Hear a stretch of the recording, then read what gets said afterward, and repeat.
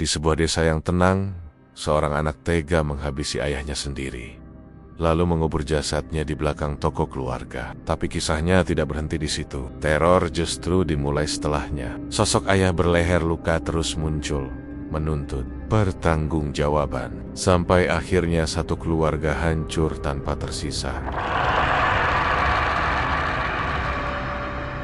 Cerita ini terjadi di Desa Kalimang, sebuah desa yang tenang di Jawa Tengah. Desa yang dikelilingi sawah luas dan kebun tebu itu biasanya hidup dengan ritme sederhana. Pagi hari dipenuhi suara ayam berkokok, warga berangkat ke sawah, anak-anak berjalan ke sekolah, dan sore hari orang-orang berkumpul di warung kopi sambil bercerita tentang kejadian sehari-hari. Tidak banyak hal mengejutkan terjadi di sana, sehingga kabar sekecil apapun cepat menyebar dari mulut ke mulut. Namun, pelan-pelan, desa yang damai itu berubah menjadi saksi runtuhnya sebuah keluarga yang selama ini dianggap paling berhasil dan paling harmonis di Kalimang. Nama Saka hampir dikenal semua orang di desa. Dia pemilik toko mulia, toko bangunan terbesar di wilayah itu. Dari semen, pasir, cat, hingga peralatan tukang, semuanya tersedia di sana. Banyak rumah warga berdiri menggunakan bahan dari toko miliknya. Bahkan beberapa desa tetangga pun sering datang membeli kebutuhan bangunan di tempat itu. Setiap pagi, truk pengangkut material keluar masuk halaman toko. Karyawan sibuk memindahkan semen dan besi, sementara pelanggan silih berganti datang. Saka berkembang pesat dalam 10 tahun terakhir. Rumahnya pun menjadi salah satu yang paling besar di desa. Berdinding kokoh dengan halaman luas dan mobil terparkir di depan di mata warga, keluarga Saka terlihat sempurna. Hidup berkecukupan, usaha sukses, dan keluarganya jarang terlihat bertengkar di depan orang lain. Banyak orang tua bahkan menjadikan Saka sebagai contoh keberhasilan bagi anak-anak mereka. Istri Saka, Maria, dikenal sebagai perempuan yang lembut dan dia aktif di kegiatan gereja dan sering membantu tetangga yang membutuhkan. Kalau ada warga sakit atau mengalami kesulitan, Maria hampir selalu datang menjenguk. Karena banyak orang menyukainya, Maria dan Saka memiliki seorang anak laki-laki bernama Raffi. Usianya 17 tahun, duduk di bangku kelas 2 SMA. Sejak kecil Raffi tumbuh dalam keadaan serba cukup. Apa yang dia minta hampir selalu diberikan. Mainan, gadget terbaru, sepatu mahal, semuanya mudah dia dapatkan. Saka memang sangat menyayangi anaknya. Dia ingin Raffi tumbuh tanpa merasakan kesulitan yang dulu pernah dia alami saat masih miskin. Karena itu, tanpa sadar, Saka sering memanjakan Raffi. Namun, kemewahan kadang membuat seseorang tumbuh tanpa batasan. Raffi menjadi remaja yang agak manja. Kalau keinginannya tidak terpenuhi, dia mudah marah. Meski Maria selalu berusaha menenangkan keadaan dan menasihati anaknya dengan sabar. Masalah besar mulai muncul ketika Saka diam-diam menjalin hubungan dengan Dewi, perempuan yang sudah lama dikenal keluarga mereka. Dewi bukan orang asing. Dia bahkan pernah beberapa kali datang ke rumah Maria sebagai teman ngobrol dan ikut kegiatan warga. Tidak ada yang menyangka hubungan mereka berubah menjadi sesuatu yang lebih dari sekadar pertemanan.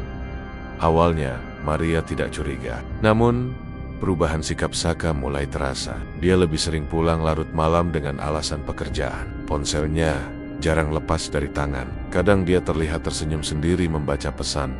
Kecurigaan Maria akhirnya terbukti ketika suatu hari dia tanpa sengaja membaca pesan di ponsel suaminya. Dunia Maria terasa runtuh saat mengetahui suaminya menjalin hubungan dengan Dewi. Pertengkaran besar pun terjadi di rumah mereka malam itu. Raffi yang mendengar keributan ikut keluar kamar dan melihat ibunya menangis. Itu pertama kalinya Raffi melihat ibunya hancur seperti itu. Maria berharap hubungan itu berhenti, namun kenyataannya justru lebih pahit. Tanpa banyak pertimbangan, Saka memutuskan menikahi Dewi dan menjadikannya istri kedua. Keputusan itu menghancurkan Maria. Dia merasa dikhianati bukan hanya oleh suaminya, tapi juga oleh teman yang selama ini dia percaya. Rumah yang dulu penuh tawa berubah sunyi. Makan malam bersama hampir tidak pernah terjadi lagi. Raffi, yang sangat dekat dengan ibunya, mulai menaruh kebencian besar kepada ayahnya. Di matanya, Saka bukan lagi sosok ayah yang dulu dia banggakan, melainkan orang yang merusak keluarganya sendiri. Sejak Dewi resmi masuk ke kehidupan mereka, Saka semakin jarang berada di rumah Maria. Dia lebih sering menghabiskan waktu di rumah barunya bersama Dewi. Perubahan itu terasa jelas bagi Raffi. Dewi sendiri membawa seorang anak laki-laki bernama Bima dari pernikahan sebelumnya. Usia Bima tidak jauh berbeda dari Raffi. Namun, berbeda dengan Raffi yang keras kepala. Bima dikenal lebih sopan dan penurut. Hal yang paling membuat Raffi sakit hati adalah perubahan sikap ayahnya. Saka terlihat lebih lembut kepada Bima. Dia sering memuji Bima di depan orang-orang, bahkan di depan Raffi sendiri. Hal-hal kecil yang dulu selalu Saka banggakan pada Raffi, kini seolah berpindah kepada anak tirinya. Maria sebenarnya mencoba menenangkan anaknya. Dia mengatakan bahwa ayahnya tetap menyayangi Raffi, namun luka di hati remaja itu sudah terlalu dalam. Raffi merasa dirinya digantikan. Perubahan sikap Raffi semakin terlihat. Dia menjadi lebih pendiam di rumah, tapi mudah marah di luar. Beberapa kali Maria menerima laporan dari guru sekolah tentang Raffi yang terlibat perkelahian kecil. Ketegangan itu mencapai puncaknya ketika Raffi meminta motor baru. Hampir semua teman sekolahnya sudah membawa motor sendiri, sementara Raffi masih memakai motor lama milik keluarga yang sudah sering rusak. Baginya, itu sangat memalukan. Suatu malam, Raffi memberanikan diri meminta motor baru kepada ayahnya di toko mulia. Dia berharap ayahnya akan langsung mengiyakan seperti dulu. Namun kali ini berbeda. Saka menolak. Dia mengatakan Raffi harus belajar bertanggung jawab dulu. Menurutnya, Raffi terlalu sering membuat masalah di sekolah. Saka juga mengatakan Raffi harus membuktikan dirinya bisa berubah sebelum mendapatkan hadiah besar. Penolakan itu membuat Raffi pulang dengan hati panas. Belum selesai rasa kesalnya. Beberapa hari kemudian Raffi mendengar kabar dari temannya bahwa Bima baru saja mendapatkan sepeda motor baru sebagai hadiah ulang tahun dari Saka. Saat melihat foto Bima tersenyum di atas motor barunya yang tersebar di media sosial, dada Raffi terasa sesak. Baginya, itu bukan sekadar motor, tapi bukti bahwa dirinya sudah tidak lagi dianggap penting. Sejak saat itu, perasaan kecewa berubah menjadi kebencian. Kebencian itu perlahan berubah menjadi dendam, dan tanpa ada yang menyadari, dendam di hati Raffi mulai tumbuh menjadi sesuatu yang jauh lebih gelap. Sesuatu yang kelak menyeret seluruh keluarganya menuju tragedi yang tidak pernah mereka bayangkan. Sebelumnya, suatu malam, ketika hujan baru saja berhenti mengguyur desa Kalimang, Raffi sedang berbaring di kamarnya sambil memainkan ponsel. Rumah terasa sepi. Maria sudah tidur lebih dulu karena kelelahan setelah seharian bekerja, mengurus rumah dan toko kecil sampingan yang dia jalankan. Sejak Saka jarang pulang, suasana rumah memang terasa kosong. Tiba-tiba ponselnya berbunyi. Sebuah pesan masuk dari teman sekolahnya. Awalnya Raffi malas membuka pesan itu, tapi temannya terus mengirim notifikasi seolah tidak sabar. Saat akhirnya dia membuka pesan tersebut, sebuah video langsung terputar. Video itu direkam di sebuah rumah yang sangat dia kenal. Rumah baru tempat ayahnya tinggal bersama Dewi. Dalam video itu terlihat Saka duduk santai di ruang tamu, tertawa keras. Di sampingnya Dewi membawa kue ulang tahun. Sementara Bima berdiri di tengah ruangan dengan wajah bahagia. Suara orang-orang bersorak terdengar jelas. Mereka merayakan ulang tahun Bima. Beberapa detik kemudian, Saka menyerahkan kunci motor baru kepada Bima. Anak itu melonjak senang, lalu memeluk Saka dengan penuh rasa terima kasih. Dewi ikut tersenyum bahagia melihat mereka. Video itu berhenti, tapi Raffi masih menatap layar ponselnya lama sekali. Dadanya terasa panas, tangannya gemetar, nafasnya terasa berat. Dalam pikirannya hanya satu hal yang terus berputar. Ayahnya terlihat sangat bahagia tanpa dirinya. Raffi merasa keluarganya sudah dihancurkan. Ibunya setiap malam masih sering menangis diam-diam, sementara ayahnya justru menikmati hidup dengan keluarga baru. Dan kini, bahkan hadiah motor yang dia impikan malah diberikan kepada Bima.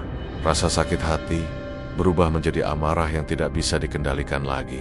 Tanpa berpikir panjang, Raffi bangkit dari tempat tidur. Kepalanya dipenuhi emosi. Dia mengambil jaket, lalu keluar rumah tanpa berpamitan. Udara malam terasa dingin, tapi tubuhnya panas oleh amarah. Tanpa sadar, langkahnya membawa dia menuju toko mulia. Dia tahu ayahnya masih di sana. Saka sering memeriksa stok barang di toko sampai larut malam. jika pengiriman material datang sore hari. Sesampainya di sana, suasana toko sudah sepi. Pintu depan memang tertutup, tapi pintu samping masih terbuka. Sedikit, lampu gudang menyala redup. Dari dalam terdengar suara barang dipindahkan. Raffi masuk tanpa suara.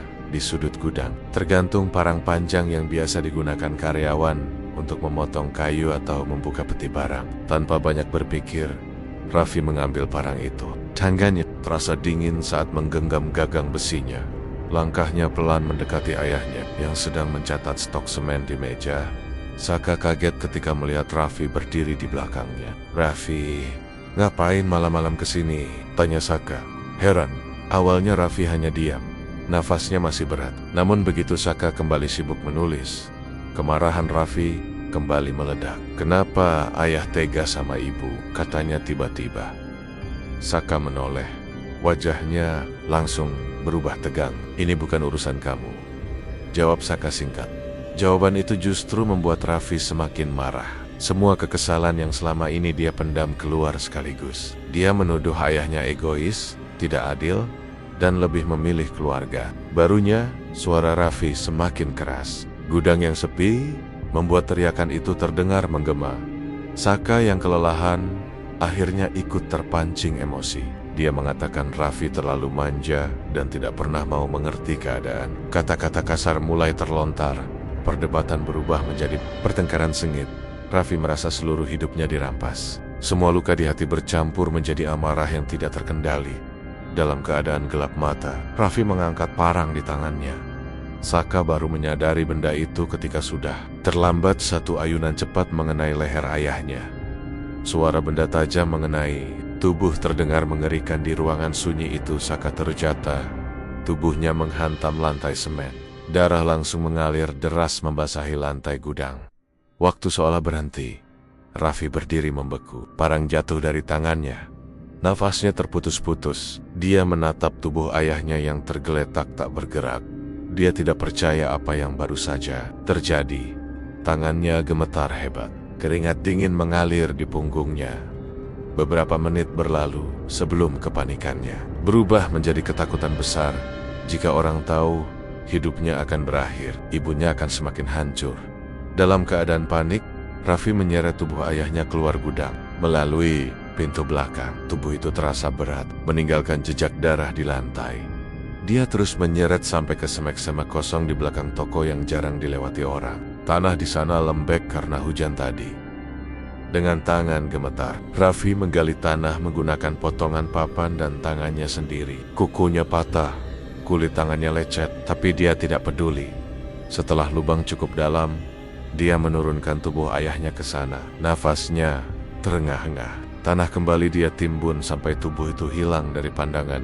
Parang yang digunakan dia lempar ke semak-semek lain. Namun tugasnya belum selesai. Raffi kembali ke dalam toko dan mulai membersihkan darah di lantai. Dia mengepel berkali-kali, mengelap, siap, bahkan mencuci kain pel sampai airnya tidak lagi merah. Waktu terasa berjalan sangat lambat. Jam di ponselnya menunjukkan hampir pukul 4 pagi saat dia akhirnya selesai. Tubuhnya lemas, matanya kosong. Dia pulang ke rumah dalam keadaan kotor dan kelelahan. Namun sesuatu yang tidak bisa dia bersihkan mulai muncul di dalam dirinya, rasa bersalah dan sesuatu yang jauh lebih menyeramkan. Malam berikutnya, saat Raffi mencoba tidur, dia merasa ada seseorang berdiri di sudut kamar. Awalnya dia mengira hanya bayangan lemari, namun ketika dia berkedip, sosok itu masih ada. Wajah pucat, mata kosong, dan leher terbuka dengan darah mengalir perlahan. Itu wajah ayahnya. Raffi berteriak dan menyalakan lampu. Sosok itu hilang. Dia mencoba menenangkan diri dengan berpikir itu hanya mimpi. Tapi malam berikutnya, sosok itu kembali muncul. Kadang berdiri di depan kamar mandi ketika Raffi hendak masuk. Kadang terlihat di cermin saat dia mencuci muka. Kadang suara langkah berat terdengar berjalan di lorong rumah. Raffi mulai sulit tidur. Setiap kali memejamkan mata, dia melihat kembali malam berdarah di gudang toko. Tubuhnya semakin kurus. Wajahnya pucat. Dia sering berteriak sendiri di malam hari. Maria mulai curiga. Selain suaminya yang tiba-tiba hilang tanpa kabar, kondisi mental Raffi semakin mengkhawatirkan. Anak itu sering melamun, berbicara sendiri. Bahkan kadang ketakutan tanpa sebab jelas.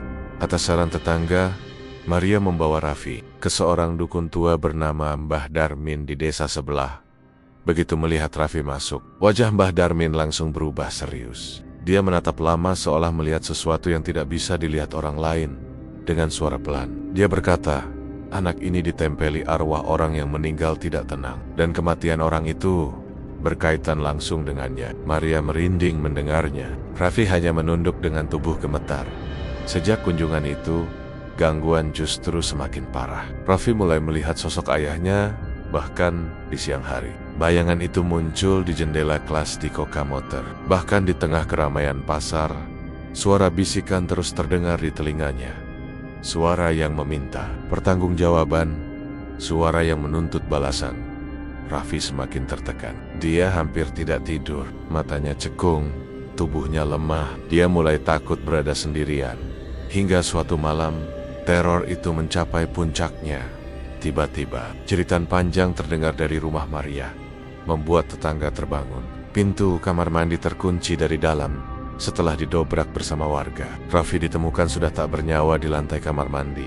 Wajahnya dipenuhi ketakutan, seolah melihat sesuatu yang sangat mengerikan di detik terakhir hidupnya. Seakan dia sudah tidak sanggup lagi menghadapi bayangan dosa yang terus mengejar kemanapun dia pergi. Komision Raffi membuat hidup Maria runtuh sepenuhnya. Dalam waktu yang tidak lama, dia kehilangan dua orang paling penting dalam hidupnya. Suaminya menghilang tanpa jejak, lalu anak satu-satunya meninggal dengan cara yang begitu tragis. Rumah yang dulu ramai, kini terasa kosong. Tidak ada lagi suara. Raffi memanggil dari kamar. Tidak ada suara televisi keras di malam hari. Tidak ada lagi pintu dibanting karena pertengkaran kecil seperti dulu. Yang tersisa hanya keheningan panjang yang terasa menekan dada. Setiap sudut rumah mengingatkan Maria pada kenangan lama. Kursi ruang tamu tempat Raffi biasa tidur setelah pulang sekolah. Meja makan tempat mereka dulu makan bersama sebelum keluarga. Bahkan sandal Raffi masih tergeletak di sudut pintu. Seakan pemiliknya akan kembali memakainya kapan saja. Beberapa hari setelah pemakaman Raffi, Maria hampir tidak pernah keluar rumah. Tetangga sering datang membawa makanan atau sekadar menemani. Tapi ketika malam tiba dan rumah kembali sepi, rasa kehilangan itu datang dua kali lebih berat. Maria sering terbangun tengah malam karena merasa mendengar langkah kaki di lorong. Kadang, dia merasa mendengar suara Raffi memanggil pelan dari kamar. Namun setiap kali diperiksa, rumah tetap kosong. Kelelahan dan kesedihan membuat pikirannya terasa kabur. Sampai suatu malam, sesuatu yang aneh mulai terjadi. Maria terbangun sekitar pukul 2 dini hari. Tenggorokannya terasa kering. Jadi dia bangkit dari tempat tidur untuk mengambil minum di dapur. Lampu rumah sudah mati semua. Hanya cahaya bulan yang masuk melalui jendela. Saat berjalan melewati ruang tamu, matanya menangkap sesuatu di lantai. Ada bercak merah kecil. Awalnya Maria mengira itu hanya bayangan. Namun ketika dia mendekat, bercak itu tampak jelas seperti noda darah. Warnanya gelap dan terlihat masih basah. Jantungnya langsung berdegup cepat. Dia yakin sebelumnya lantai itu bersih. Tidak ada siapapun yang terluka di rumah. Saat dia menunduk memperhatikan, bercak itu ternyata bukan hanya satu. Ada beberapa titik kecil lain yang membentuk pola, seperti jejak langkah kaki menuju pintu depan. Tubuh Maria merinding. Pikiran rasionalnya mencoba menjelaskan, mungkin itu hanya halusinasi karena kelelahan. Namun kakinya terasa bergerak sendiri, mengikuti jejak itu. Perasaannya seperti ada sesuatu yang menarik dirinya untuk terus berjalan. Tanpa sadar, Maria membuka pintu rumah dan keluar. Udara malam terasa sangat dingin. Desa Kalimang sudah tertidur lelap. Tidak ada suara selain angin dan serangga malam. Jejak merah itu masih terlihat samar di tanah menuju jalan kecil desa. Maria terus berjalan pelan, seolah sedang bermimpi. Matanya mengikuti jejak yang seakan muncul satu persatu di hadapannya. Langkahnya membawanya menuju toko mulia. Bangunan toko itu terlihat gelap dan sepi. Sudah lama toko tidak beroperasi penuh. Sejak Saka menghilang, karyawan hanya datang siang. Hari sekadar menjaga, namun malam itu, suasana di sekitar toko terasa berbeda. Angin bertiup pelan membawa bau tanah lembab. Jejak itu tidak berhenti di depan toko, melainkan berlanjut ke samping bangunan menuju bagian belakang yang jarang dilewati orang. Bagian itu dipenuhi semak liar dan pepohonan kecil. Biasanya warga menghindari tempat itu karena gelap dan sering dianggap angker. Namun Maria tetap berjalan masuk, seakan tidak bisa berhenti. Semakin jauh masuk, udara terasa semakin dingin, dan kemudian hidungnya menangkap bau aneh. Bau besar membuat perut terasa mual. Langkah Maria berhenti di sebuah bagian tanah yang tampak tidak rata. Rumput di sana terlihat lebih pendek, seolah baru saja terganggu beberapa waktu lalu. Tiba-tiba dadanya terasa sesak. Hatinya dipenuhi perasaan buruk yang sulit dijelaskan. Tangannya gemetar hebat. Nalurinya mengatakan ada sesuatu yang salah di tempat itu. Maria mundur beberapa langkah, lalu berlari kembali ke jalan desa sambil memanggil bantuan warga. Beberapa pria yang masih terjaga langsung ikut menuju lokasi membawa senter dan alat seadanya. Ketika mereka sampai di belakang toko, bau busuk itu semakin kuat. Beberapa warga mulai menggali tanah yang mencurigakan itu. Baru beberapa kali cangkul menghantam tanah, bau menyengat langsung menyebar. Beberapa orang bahkan menutup hidung karena tidak tahan. Tak lama kemudian, kain yang sudah membusuk terlihat di antara tanah. Warga berhenti sejenak sebelum akhirnya menggali lebih hati-hati. Dan di sanalah tubuh Saka ditemukan dalam kondisi yang sangat mengenaskan. Tubuhnya sudah membusuk, sebagian tertutup tanah lembab. Di dekatnya, ditemukan parang berkarat yang masih tertanam sebagian di tanah. Maria langsung lemas melihat pemandangan itu. Tangisnya pecah malam itu juga. Semua potongan kejadian seakan menyatu di kepalanya. Saka menghilang. Raffi berubah drastis. Teror yang dialami anaknya, ucapan Mbah Darmin, semua kini terasa jelas. Hatinya hancur saat menyadari kemungkinan terbesar bahwa anaknya sendiri terlibat dalam kematian ayahnya. Pikiran itu terasa terlalu menyakitkan untuk diterima.